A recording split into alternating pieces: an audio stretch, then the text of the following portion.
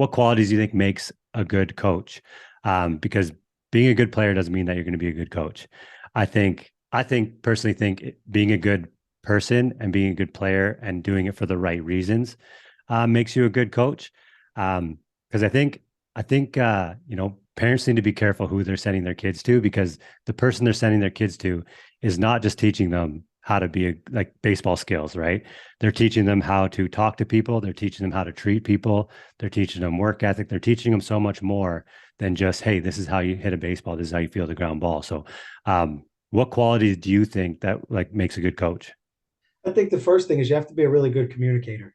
Like you need to know how to communicate with children and kids and young adults and college players. Like you need to know who the audience is and how to communicate with them and do it in a constructive way. Like kids don't need to be micromanaged. Like if they take a bad swing, it's not you did this, you did this, you did just like tell me what you felt and let's talk about what are some suggestions. So like how you communicate to the kids and being a good listener. I had one of the high school player I worked with that had been struggling in the early weeks, and they wanted to get together just to work out so they can talk about some of the thoughts that they were having. It was more like a therapy session when we were working out than it was making adjustments to the swing. Like the swing was good, but their mindset when they stepped into the box was a little bit off because they weren't seeing the success that they have. So like communicating and listening and understanding that kids nowadays and young adult nowadays, they go through a lot in terms of like their psyche. Like it's up, it's down, the social media, like maybe a friend just sent them the mean Snapchat and now they're thinking about that. And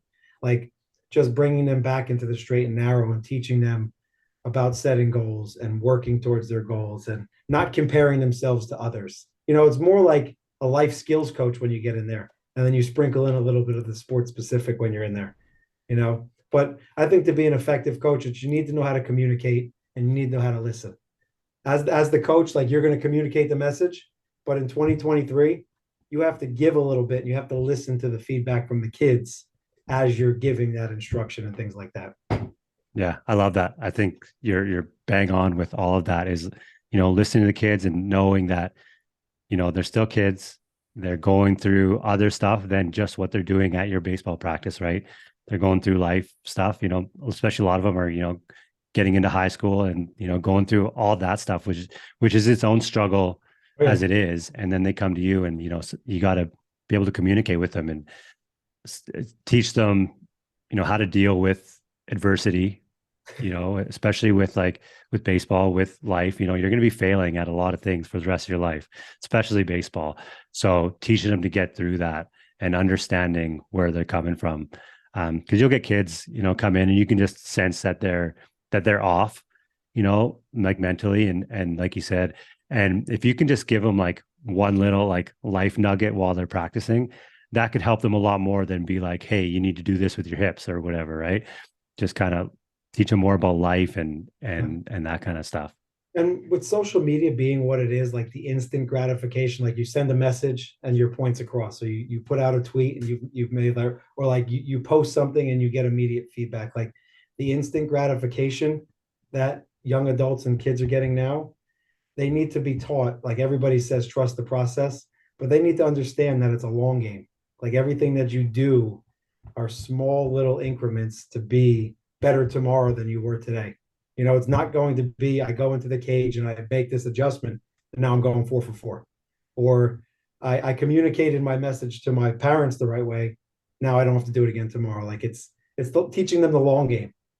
Yeah, it's like you said, it's trusting the process. And you tweak one thing for one swing. Oh, that was good. Okay, I'm just going to get comfortable and go back to what I was doing before. It's like, no, you got to continue to work at that until you're not thinking about it anymore. And Yeah. that's what you have to do. And you kind of got to instill that in them and getting them to trust the process. And all good things take time. Like you're not going to make one adjustment in the cage and all of a sudden you're hitting 500 and hitting bombs. It's going to take time, and you have to work at it, and you have to work every single day.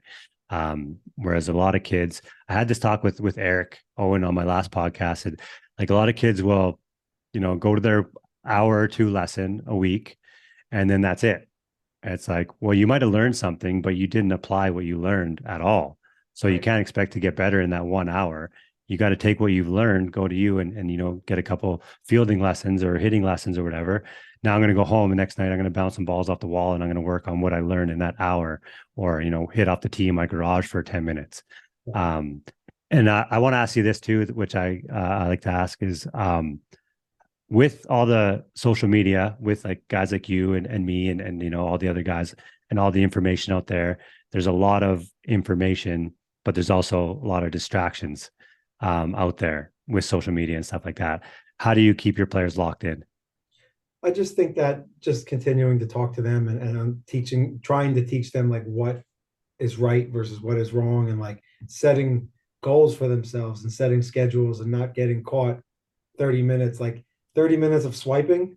You could have gotten 200 ground balls if you threw the ball off the wall. So just teaching them, because when we were growing up, we didn't have cell phones as relevant as they are now. So we used to go out with our friends and we used to play. Like that's not the case as much anymore. Like kids need to have scheduled practice time. So, is it setting a 30-minute block after school for them to get some practice in by themselves with their friends, with a coach? Like just continuing to talk to them. But at the end of the day, like you try to impact them as much as you can in the time that you have them, but understand that once they leave you, they're going back into an environment that's comfortable or what they're familiar with, where hopefully you had enough of an impact for them to say, oh, coach said I should have been practicing for 30 minutes. I didn't do that today. And maybe 30 minutes is too much. Maybe you set a goal for 10 minutes, go out and practice for 10 minutes. And then the next week it goes up to 15, and just trying to teach them of how to manage their time so that they can best be their best. Like they can become their best, I guess I'm trying to say. Yeah, for sure. Like at the end of each practice, I'm like, everyone's gonna probably go play video games tonight.